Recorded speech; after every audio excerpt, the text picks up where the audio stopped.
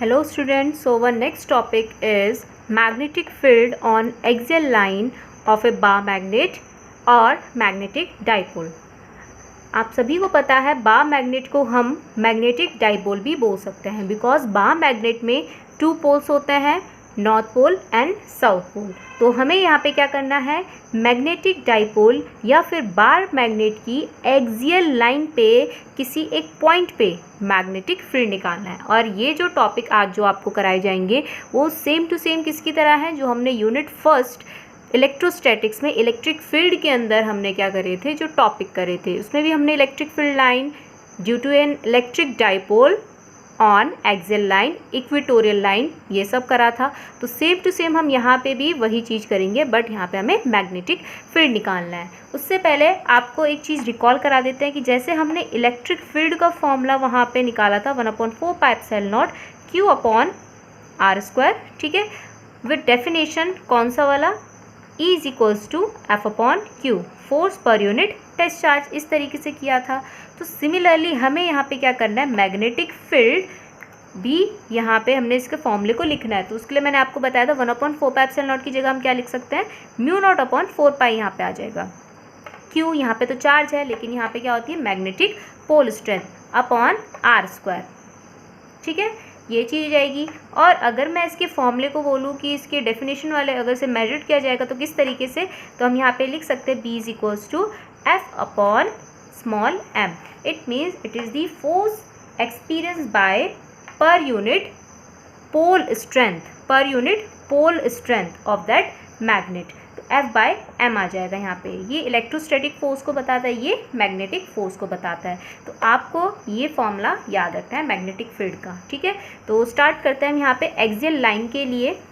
Axial line कौन सी line होती है, तो ये हमारे पास बार मैग्नेट है। तो बार मैग्नेट जिस एक्सिस पे प्लेस कर रखा है, हॉरिजॉन्टल प्लेस कर रखा है, इट मीन्स एक्स एक्सिस पे प्लेस कर रखा है, तो उसी एक्सिस पे ही अगर मुझे क्या निकालना है, मैग्नेटिक फील्ड निकालना है, तो उस पर्टिकुलर एक्सिस को हम क्या कहते हैं, एक्सियल लाइन। तो एक्स एक्सिस पे प्लेस कर रखा, तो मैं इसको आगे बढ़ा देती हूँ इस लाइन को।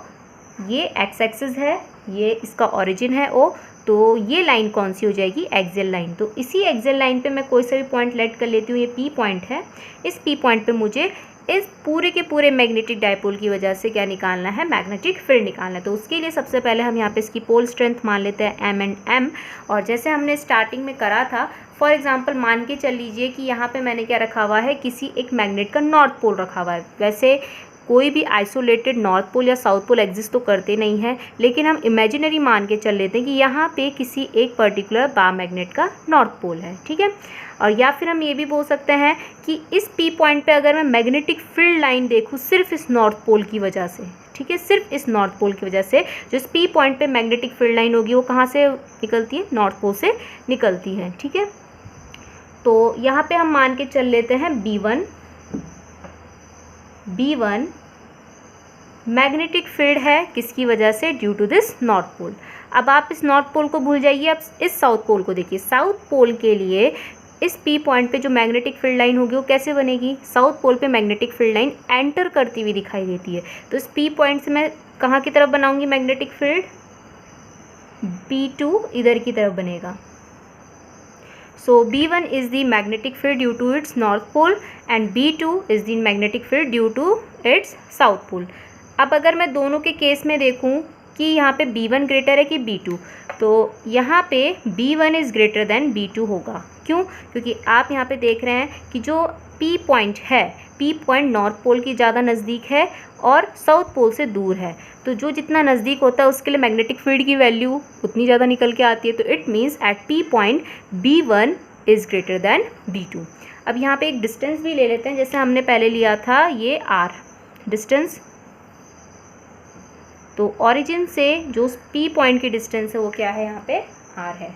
साथ ही साथ अगर मैं इसकी मैग्नेटिक डाइपोल मूवमेंट की डायरेक्शन बोलूँ तो कहाँ से कहाँ की तरफ होगी, ये आपको पता है कि मैग्नेटिक डाइपोल मूवमेंट की जो डायरेक्शन है वो साउथ पोल से कहाँ की तरफ होती है, नॉर्थ पोल के टूवर्ड्स, ठीक है। अब अगर आपसे बात की जाए कि इस P पॉइंट पे टोटल मैग्नेटिक फील्ड क्या होगा, तो देखिए दोनों मैग्नेटिक फील्ड हैं B1 B2, ठीक है, दोनों की डायरेक्शन अपोजिट है, बट मैग्नीट्यूड सेम नहीं है। तो तो अगर मैं यहाँ पे आंसर निकालूँ भी तो टोटल मैग्नेटिक फील्ड किसकी डायरेक्शन के टूवर्ड्स होगा, जो यहाँ पे greater value of magnetic field होगी। तो B1 यहाँ पे ग्रेटर है, उसकी डायरेक्शन ऐसी है। तो इट मीन्स कि अगर मैं B एक्सियल की डायरेक्शन देखूँ तो वो ग्रेटर मैग्नेटिक फील्ड वाले कंपोनेंट के टूवर्ड्स होगी, मतलब B1 के टूवर्ड्स होगी। ठीक है, तो आप यहाँ से ये भी पता लगा सकते हैं कि एक्सियल लाइन पे जो मैग्नेटिक फील्ड निकल के आता है ड्यू टू बा मैग्नेट या मैग्नेटिक डायपोल, उसका मैग्नेटिक डायपोल मोमेंट और जो टोटल मैग्नेटिक फील्ड होता है एक्सियल लाइन पे, दोनों की डायरेक्शन क्या होती है, सेम होती है। ठीक है, अब इसकी डेरिवेशन करते हैं। डेरिवेशन करने के लिए हमें पता है यहाँ पे B1 का फॉर्मूला लगाना है। B1 मतलब magnetic field due to north pole, ये वाला नॉर्थ पोल। ठीक है, μ0/4π फॉर्मूला बताया था अभी, μ0/4π। स्ट्रेंथ कितनी है यहाँ पे, पोल स्ट्रेंथ m। अब आती बात डिस्टेंस की, तो नॉर्थ पोल से इस P पॉइंट की डिस्टेंस क्या है, नॉर्थ पोल से इस P पॉइंट की डिस्टेंस ये निकालनी है। तो अगर मैं R से ये L माइनस कर दूँ, R से L माइनस कर दूँ तो यहाँ की डिस्टेंस निकल के आ जाएगी।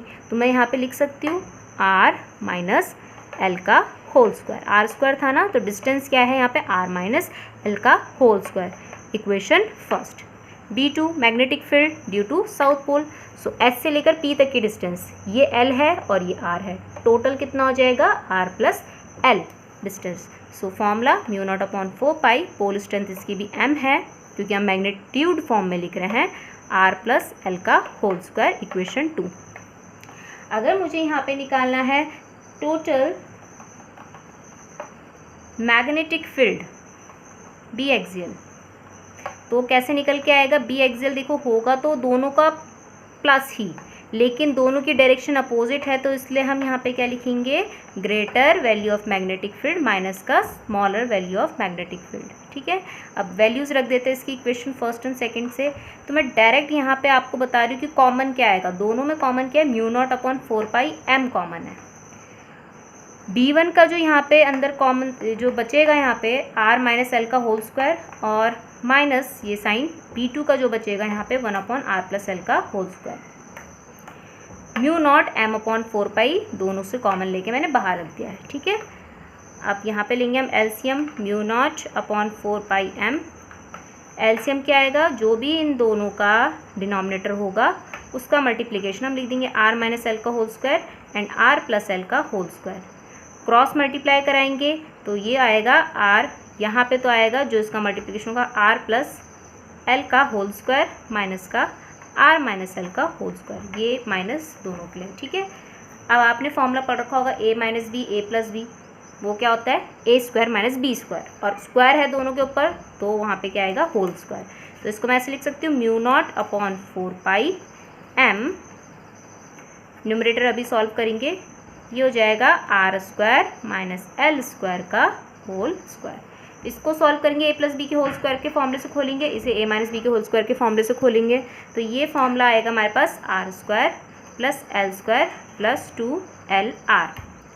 माइनस साइन लगेगा, माइनस साइन बाहर है तो इट मीन्स क्या होगा, तो ये माइनस साइन अंदर क्या हो जाएगा, मल्टीप्लाई हो जाएगा। तो आंसर कितना आएगा, यहाँ पे जो भी इसका फॉर्मूला खुलेगा अंदर माइनस साइन क्या कर देंगे, मल्टीप्लाई कर रही हूँ मैं साथ ही साथ, माइनस का R² L² प्लस 2LR, जिसमें से आपको दिख रहा है ये पॉजिटिव नेगेटिव और ये पॉजिटिव नेगेटिव एक दूसरे से कट हो रहे हैं, और ये हमारे पास जो आएगा 4LR निकल के आएगा। तो इसको मैं इरेज कर रही हूँ और यहाँ पे लिख रही हूँ B एक्सियल का फॉर्मूला μ0/4π m जो बचा है बाहर, 4LR/R² माइनस L² का होल स्क्वायर। इस 4 को मैं 2 × 2 में कट कर रही हूँ, 2 × 2 में डिवाइड, क्योंकि 2 × 2 भी क्या होता है, 4 ही होता है।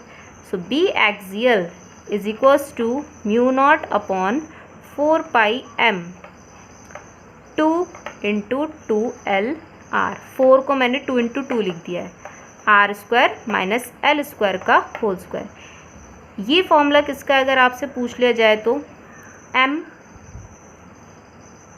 × 2L, magnetic pole strength into magnetic length. तो आपने पढ़ रखा है इस फॉर्मूले के बारे में जो कल आपको लेक्चर में पढ़ाया था, magnetic dipole moment m × 2L। ठीक है, तो इन दोनों के बदले क्या आ जाएगा, कैपिटल m.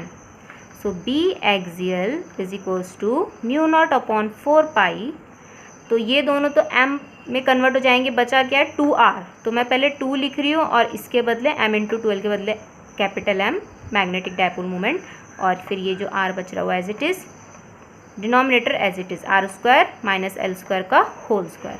तो एक तो फॉर्मूला आपको ये याद रखना है, ठीक है। अब यहाँ पे लगती है कंडीशन। कंडीशन क्या, इफ़ अगर हम मान के चल लें कि ये जो मैग्नेटिक डायपोल है ये बहुत ही छोटा है, इज़ टू स्मॉल, अगर ये स्मॉल होगा तो इट मीन्स जो इसकी लेंथ होगी, जैसे ये L है, ठीक है, ये बहुत ही छोटी हो जाएगी, और अगर उस छोटी लेंथ का भी हम स्क्वायर करते, जैसे 0.1 है तो उसका अगर हम स्क्वायर करते तो और छोटी वैल्यू निकल के आती 0.01। तो अगर यहाँ पे इसकी जो लेंथ है L वो बहुत ही छोटी हो जाए as comparison to this distance R के, if magnetic dipole is too small, इसे इक्वेशन 3 बना देते हैं, इज़ टू स्मॉल, देन यहाँ पे क्या होगा, L square is very very less than R square, sorry L is very very less than R। तो जब L बहुत ही छोटा होगा तो हम L स्क्वायर को कैंसिल कर सकते हैं, L square can be neglected. In equation 3 में L स्क्वायर हम नेग्लेक्ट कर सकते हैं, तो ये इक्वेशन क्या बन जाएगी, तो यहाँ पे ये L स्क्वायर जब हट जाएगा तो उस केस में हम ये R स्क्वायर का होल स्क्वायर क्या बन जाएगा, R की पावर 4, एक R से एक R कट हो जाएगा, तो हमारे पास B एक्सियल की मैग्नीट्यूड वाली वैल्यू आएगी। अगर मैग्नेटिक डायपोल हमें टू स्मॉल दे रखा है तो हमारे पास वैल्यू आएगी 2m/r³। ये जो हमारे पास वैल्यू निकल के आएगी वो आएगी इन मैग्नीट्यूड फॉर्म में।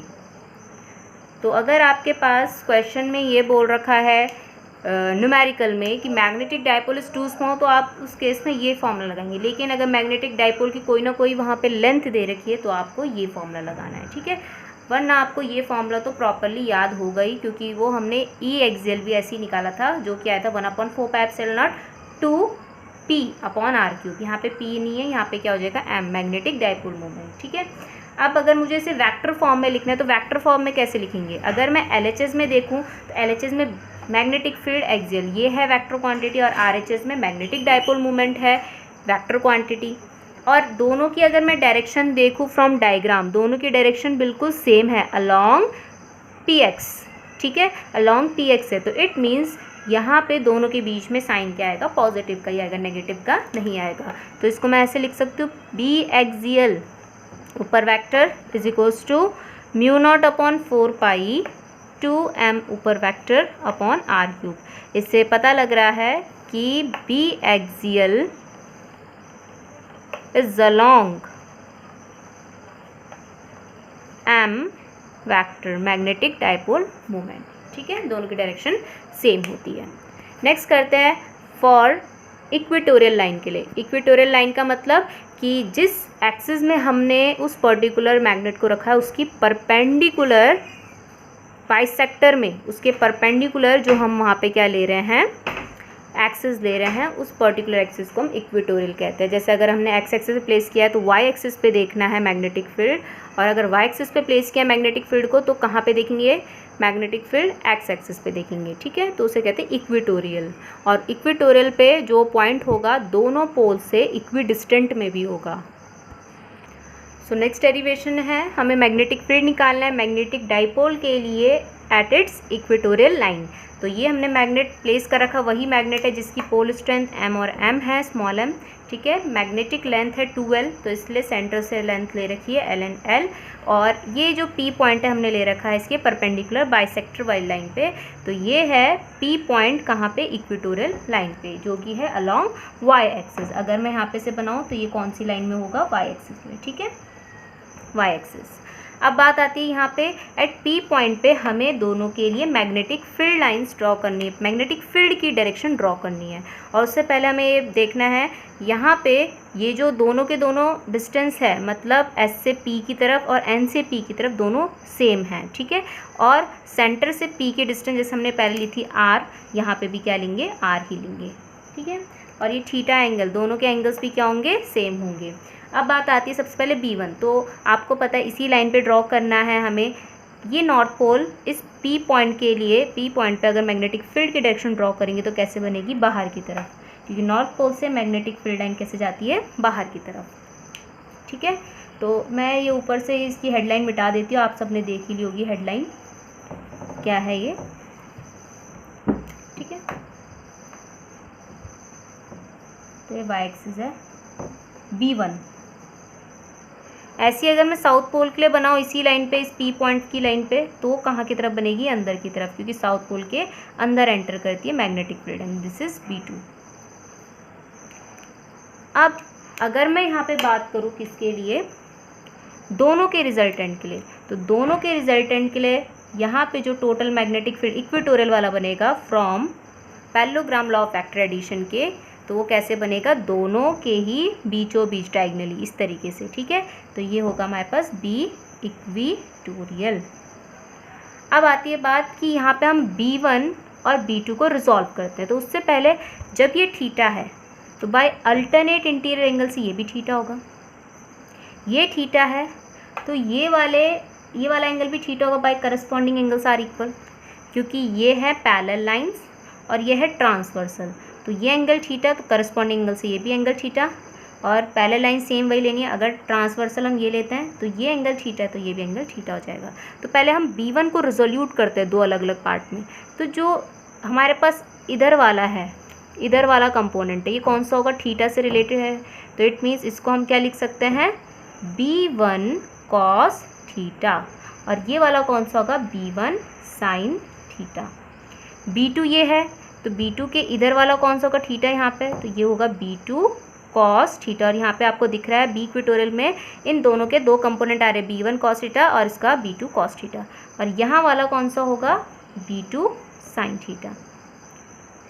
यहाँ पे दोनों के दोनों अपोजिट डायरेक्शन में है, इक्वल मैग्नीट्यूड के हैं कि नहीं है, तो हम यहाँ पे देखते हैं निकाल के कि B1 B2 की वैल्यू क्या फॉर्मूला क्या निकल के आता है। अगर इक्वल होंगे तो इट मीन्स ये दोनों एक दूसरे को कैंसिल आउट कर देंगे। तो B1 और B2 अगर हम दोनों के दोनों देखें, दोनों के दोनों इक्वल निकल के आएंगे। क्यों, क्योंकि यहाँ पे अगर मैं फॉर्म लगाऊँ μ0/4π, पोल स्ट्रेंथ चाहे नॉर्थ पोल के लिए चाहे साउथ पोल की, दोनों का मैग्नेटिक फील्ड नॉर्थ पोल के लिए B1 है एंड साउथ पोल के लिए B2 है T पॉइंट पे, तो मैग्नेटिक पोल स्ट्रेंथ कितनी है दोनों की, m है। ठीक है, डिस्टेंस अगर हम देखें तो P पॉइंट से इस साउथ पोल की डिस्टेंस कितनी है, दिस वन। ठीक है, PS, और नॉर्थ पोल से कितनी है, NP। अगर हम यहाँ पे देखें तो ये एक राइट ट्रायंगल बन रहा है, राइट ट्रायंगल में ये हमारे पास परपेंडिकुलर है, this is base and this is hypotenuse. तो बाय पाइथागोरस थ्योरम से ये जो हमारे पास डिस्टेंस निकल के आएगी वो क्या निकल के आएगी, r² प्लस बेस का स्क्वायर, मतलब परपेंडिकुलर का स्क्वायर प्लस बेस का स्क्वायर का अंडर रूट। ठीक है, ऐसे इसके लिए भी ये हमारे पास राइट ट्रायंगल है, बाय पाइथागोरस थ्योरम से ये भी वही निकल के आएगा r² प्लस l²। तो इट मीन्स दोनों डिस्टेंस आपस में सेम है, इक्वी डिस्टेंस बताया गया था, और यहाँ पे डिस्टेंस का क्या आता है, स्क्वायर आता है। तो मैं इसको ऐसे लिख सकती हूँ, देखो अंडर रूट है r² प्लस l², और फिर इसका स्क्वायर करेंगे तो अंडर रूट हट जाएगा, और हमारे पास फॉर्मूला आएगा μ0/4π m/r² प्लस l², जो कि दोनों के लिए सेम है, और दोनों के लिए सेम है तो मैं इसको मान के चल रही हूँ B। ठीक है, B मान के चल रही हूँ क्योंकि दोनों के मैग्नीट्यूड क्या है, सेम है। हमें यहाँ पे P पॉइंट पे निकालना है B इक्वेटोरियल, तो उसके लिए आपको दिख रहा है कि हमें सिर्फ कंपोनेंट देखना है। कंपोनेंट जो दो साइन थीटा वाले कंपोनेंट है, कौन कौन से, B1 sine theta cancel out, कौन से कंपोनेंट को, B2 साइन थीटा के। जब ये दोनों कैंसिल आउट कर देंगे तो अब कौन सा कंपोनेंट बच रहा है, B1 cos theta and B2 cos theta. Therefore जो B इक्वेटोरियल है वो किसकी इक्वल आएगा, दोनों की डायरेक्शन भी सेम है, तो B1 cos theta plus B2 cos theta के, और B1 B2 को हमने क्या मान रखा है, B, तो B1 को भी B लिख देते हैं, B2 को भी B लिख देते हैं। B cos theta B cos theta क्या आएगा, 2B कॉस थीटा, क्योंकि x प्लस एक्स आप क्या लिखते हो, 2x लिखते हो। वैल्यूज़ रख देते हैं, B का फॉर्मूला इस इक्वेशन से, सो μ0/4π m/r² plus l²। Cos theta, अगर मैं यहाँ पे कॉस थीटा किसी एक राइट ट्रायंगल के थ्रू निकालूँ कॉस थीटा का फॉर्मूला क्या होता है, बेस अपॉन हाइपोटेनस। बेस क्या है, एल है, हाइपोटेनस क्या है, अंडर रूट का r square plus l square. Under root को मैं क्या लिख सकती हूँ, होल पावर 1/2। इस 2Lm को हम क्या लिख सकते हैं, मैग्नेटिक डाइपोल मोमेंट, क्योंकि आपने पढ़ रखा है मैग्नेटिक डाइपोल मोमेंट का फॉर्मूला क्या होता है, m × 2L। तो μ0/4π एज इट इज़, इसके बदले आ जाएगा कैपिटल M। और यहाँ पे देखिए इसकी पावर कुछ नहीं है, मतलब 1 है, और यह 1/2। तो जब बेस सेम होता है तो पावर क्या हो जाती है, ऐड हो जाती है। 1 + 1/2 क्या होता है, सॉल्व करना आता है आपको, कितना होता है, 3/2। तो ये आ गया हमारे पास बी इक्वेटोरियल। अगर वहाँ पे हमें मैग्नेटिक लेंथ दे रखी है, लेकिन अगर आपको बोल दिया गया कि here magnetic length is too small, magnetic dipole is too small, तो उस केस में क्या होगा, क्या नेग्लेक्ट हो जाएगा, L² कैन बी नेग्लेक्टेड। तो मैं आप लिख रही हूँ, if magnetic dipole is too small, उस केस में क्या होगा, then L² can be neglected. जब L² नेग्लेक्ट करेंगे तो ये इक्वेशन क्या बन जाएगी, बी इक्वेटोरियल μ0/4π, ये इक्वेटोरियल सफिक्स में है, ठीक है, m/r² रहेगा, L² तो हट जाएगा, और बाहर कौन सी पावर है, 3/2, 2 से 2 cut, r³। So b equatorial in magnitude form, formula क्या आएगा, μ0/4π m/r³। एक्सियल क्या था, 2m/r³, और ये क्या है, m/r³। अगर मुझे यहाँ पे इसे वेक्टर फॉर्म में लिखना है, ये मैग्नीट्यूड फॉर्म में है,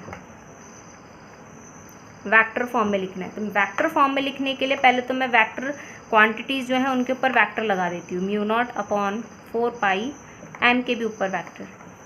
आपको ऊपर दिख रहा है कि बी इक्वेटोरियल की डायरेक्शन कहाँ है, इधर की तरफ, ठीक है, मतलब OS की तरफ, नेगेटिव एक्स एक्सिस के टूवर्ड्स। मैग्नेटिक डाइपोल मोमेंट की डायरेक्शन क्या होगी, इसको हटा देते हैं यहाँ से,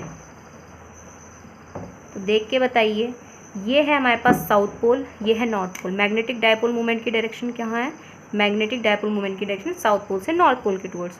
दोनों की डायरेक्शन देखें तो अपोजिट आ रही है, तो मैं बीच में साइन किसका लगा दूंगी, माइनस का। तो it means B equatorial is opposite, is directed opposite to that of magnetic dipole moment. ये चीज़ हो गई, ठीक है। और एक रिलेशन और निकल के आता है यहाँ पे, अगर मैग्नीट्यूड टर्म्स में देखें, इसे हटा देते हैं। थीटा एंगल किसी ने पूछ लिया कि क्या क्या बनेगा यहाँ पे, तो फॉर एक्सियल के लिए अगर अलॉन्ग होता है सेम डायरेक्शन तो 0 डिग्री बनता है, और अगर एंटी पैरेलल या अपोजिट होता है तो 180 डिग्री।